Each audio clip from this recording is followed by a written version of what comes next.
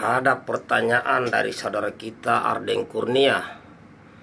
Izin bertanya Komandan, di belakang Komandan ada foto Bapak Prabowo. Apakah beliau idola Komandan? Mohon jawab pakai VT. Pertanyaan bagus. Jadi baik saudaraku. Jadi saya tahu ya, mulai tahu nama Pak Prabowo itu waktu saya taruna tingkat 1 apa tingkat 2 ya, tingkat 1 kali ya. Jadi waktu itu beliau dan Danjen Kopassus ya tahun 97, ya 97 kalau tidak salah 97 itu. Saya masih taruna tingkat 1. Kemudian Pak Prabowo berkunjung ke Akmil. Nah, kan heboh kita ini taruna nih, ada datang Jenderal Pak Prabowo. Dalam hati saya, siapa Pak Prabowo ya? Nah ternyata beliau dan Danjen Kopassus. Nah setelah itu beliau datang ke Akmil itu lewat udara, terjun payung. Bukan lewat darat, terjun payung. Nah kemudian di situ ada pertandingan olahraga ya antara taruna dengan Kopassus. Ya kayaknya Kopassus yang di Solo ya. Jadi ada pertandingan olahraga antara taruna Akmil dengan dari Kopassus. Dan disitulah semua gentengnya kantor Akmil itu dicat merah. Wah, saya tanya-tanya, apa itu Kopassus? Saya tanya-tanya, cari informasi, baik lewat senior, baik dengan pelatih. Ternyata pasukan elit. Nah, sejak saat itulah yang ku ingat di kepala saya dari tingkat 2 itu, tingkat 1 ke tingkat 2 itu adalah nama Pak Prabowo. Maka waktu tingkat 2 saya pinjam seragam Kopassus dari teman saya yang di Sangkalokananta. Kan di Sangkalokananta itu kan ada uniform Kopassus. Wah, disitulah ku pakai itu baju, kaos, baru ku minta foto. Jadi dari tingkat 2 itulah ku hafal betul mars Kopassus, marsnya Kopassus. Setiap saya bawa lari itu tingkat 1 wajib menyanyi lagu mars Kopassus. Dari tingkat 2 itulah cita-citaku jadi Kopassus. Nah setelah tingkat 3 cita-citaku pingin Kopassus. Ya, karena kuliah sosok Pak Prabowo ini yang gagah semangat dan seluruh pasukannya gagah-gagah, tinggi-tinggi. Nah, tingkat 3 pembagian kecabangan. Ya, tetap kutulis infanteri Kopassus.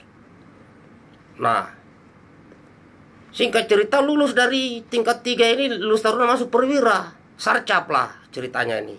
Nah, ada isu-isu ku dengar yang sarcap infanteri Akmil ranking 1 sampai ranking 20 itu tes ya masuk Kopassus. Wah, tambah semangat saya kawan. Saya belajar dengan tekun ya, melatih fisik siang malam. Kalau orang tidur saya masih kegiatan fisik. Nah, masuk 5 besar, ranking 5 besar sarcap infanteri. Tapi tidak ikut seleksi Kopassus. Kecewa berat di situ kawan. Kecewa. Kecewa berat. Nah itu pertama ya. Singkat cerita setelah saya pensiun dini sekitar tahun 2013 kalau tidak salah ya, 2013-2014 kah. Saya ada di salah satu perusahaan di Kutai Barat, di Kalimantan Timur, di hutan.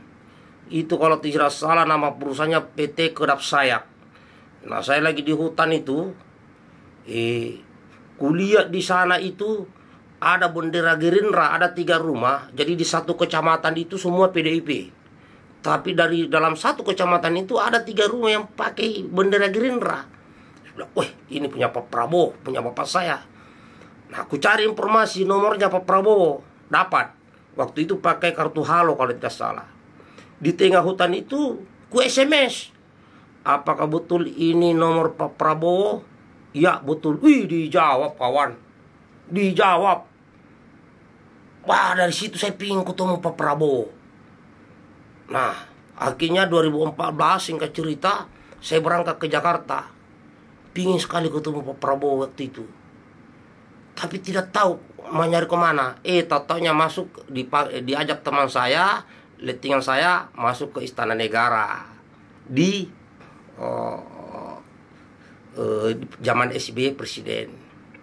Nah, di zaman SBY Presiden kan Pak Prabowo ini lawan Jokowi. Saya kampanye. Ya, disuruh oleh teman saya ini, disuruh kampanye ke Papua, Kalimantan, Sulawesi. Tapi Pak Prabowo beliau tidak kenal saya. Yang ku ingat ini Pak Prabowo semangat. Beliau sangat perhatian kepada prajurit. Ya, tidak nanggung-nanggung mengeluarkan biaya sendiri untuk prajurit Kopassus. Ya, banyak cerita yang aku dapat di situ kawan. Nah, singkat cerita 2014 tidak ketemu Pak Prabowo, saya sudah kampanye kemarin-kemarin, ada di YouTube itu. Masih ada 10 video tapi dihapus 9, sisa 1 ya sebagai kenang-kenangan. Itu kampanye 2014, suara dari timur. Nah, singkat cerita 2017 saya ikut Pak Prabowo. Nah, disitulah saya ketemu Pak Prabowo langsung, salaman, foto. Wih, bangga sekali kawan. Makanya Pak Prabowo setelah semakin aku baca itu buku-bukunya Pak Prabowo yang ada paradok, wih, semakin semangat saya bahwa inilah idola saya dari kalangan nasional, inilah idola saya. Ya, biasanya Bung Karno yang kuliah dia di kalangan nasionalis. Setelah Bung Karno, ya Pak Prabowo inilah kawan. Makanya sampai sekarang saya ikut ya. Saya ikut di dalam barisan Pak Prabowo ikut di senior saya ya, Pak Aris Marsudianto, itu abang saya dari Kopassus, kalau saya dari Kostrad. Nah, sampai hari ini. Jadi saudaraku, itu kenapa Pak Prabowo dijadikan idola. Pertama, semangatnya luar biasa, suka menolong siapapun tanpa pamrih. Ya, betul-betul untuk negara, bangsa dan rakyat. Dan kulihat lagi visi misi di dalam yang jarang disebut-sebut oleh tokoh-tokoh elit politik, yaitu pasal 33 Undang-Undang Dasar 1945. Karena saya juga mempelajari itu, maka aku masukkan pasal 33 Undang-Undang Dasar 45 dalam misi perjuangan kami di komunitas, yaitu komunitas pembela tanah air. Ternyata ini 100% connect dengan cita-cita Pak Prabowo. Kenapa? Pak Prabowo ingin bangsa ini besar, maju, disegani dunia karena sumber daya alam kita kawan. Maka itu ke depan ini pemerintahan Pak Prabowo dengan Mas Gibran, kita harus dukung full kawan. Hilirisasi ya sumber daya alam kita. Sehingga ke depan pendidikan gratis, ya kesehatan gratis akan terwujud, makan gizi gratis, semua terwujud kawan. Itu sekilas, kalau aku ceritakan panjang nggak muat nanti ini video. Jadi sekilas itulah yang membuat saya Pak Prabowo ku jadikan idola. Dari tahun 97 ku dengar nama itu di kepala saya waktu saya Kopral Taruna. Oke, sip, mantap. Prabowo. Panjang umur, lancar rezeki.